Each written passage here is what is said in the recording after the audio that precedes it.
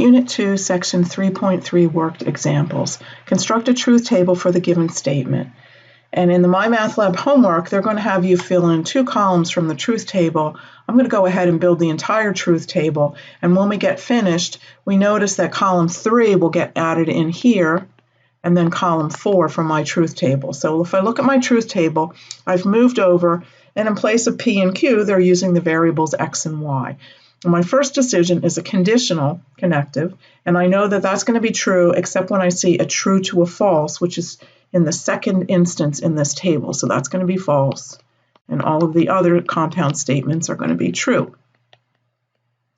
And then in the fourth column, I have to negate those truth values, so I'm going to get false, true, false, false.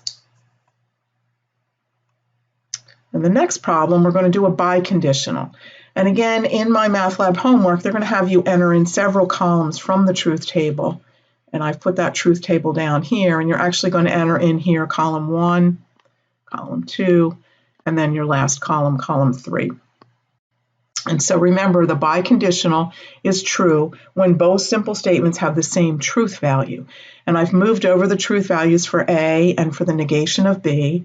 And I look down the column and I see, where do I have the same truth value? In the first case, I don't, so that's going to be false. The second one is true. The third one is also true. And the fourth one is going to be false. Determine whether the statement is a tautology, self-contradiction, or neither. And in order to do that, you're going to have to build a truth table. And I've created the truth table down below. And we're going to start with column 1, which is the P, and I've put in the truth values. And then column 2 is not P, and the connective is the biconditional, which is going to be true when both simple statements have the same truth value.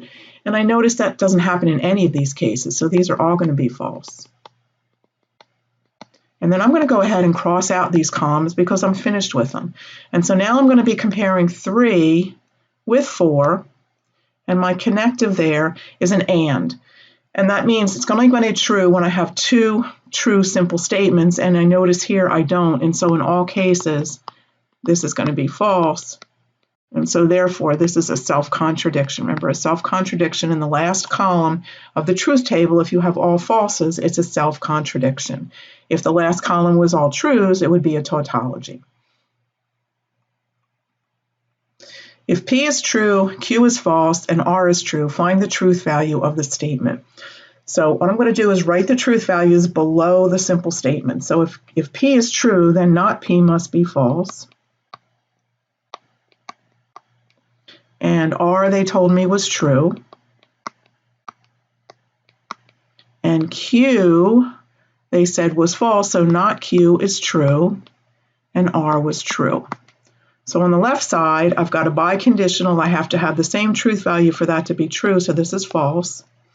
And on the right side, I have a true, but my connective is and, so this compound statement is false. Determine the truth value for each simple statement, then using the truth values, give the truth value of the compound statement. The statement is, a foot is equal to 16 inches if and only if a meter is equal to 100 centimeters and a yard is equal to 7 feet. So I see 3 simple statements, and I'm going to determine the truth value of each simple statement. Simple statement P, a foot is equal to 16 inches, true or false? Okay, that's false. A meter is equal to 100 centimeters, that's true. And finally, R, a yard is equal to 7 feet, and that's false. And then I've written this statement symbolically. It says P, if and only if, Q, and R. And let's go ahead and write the truth values down below. This was a false, and Q was true, and a false. So I have a false, and it's a biconditional going to a false, so this compound statement is actually true.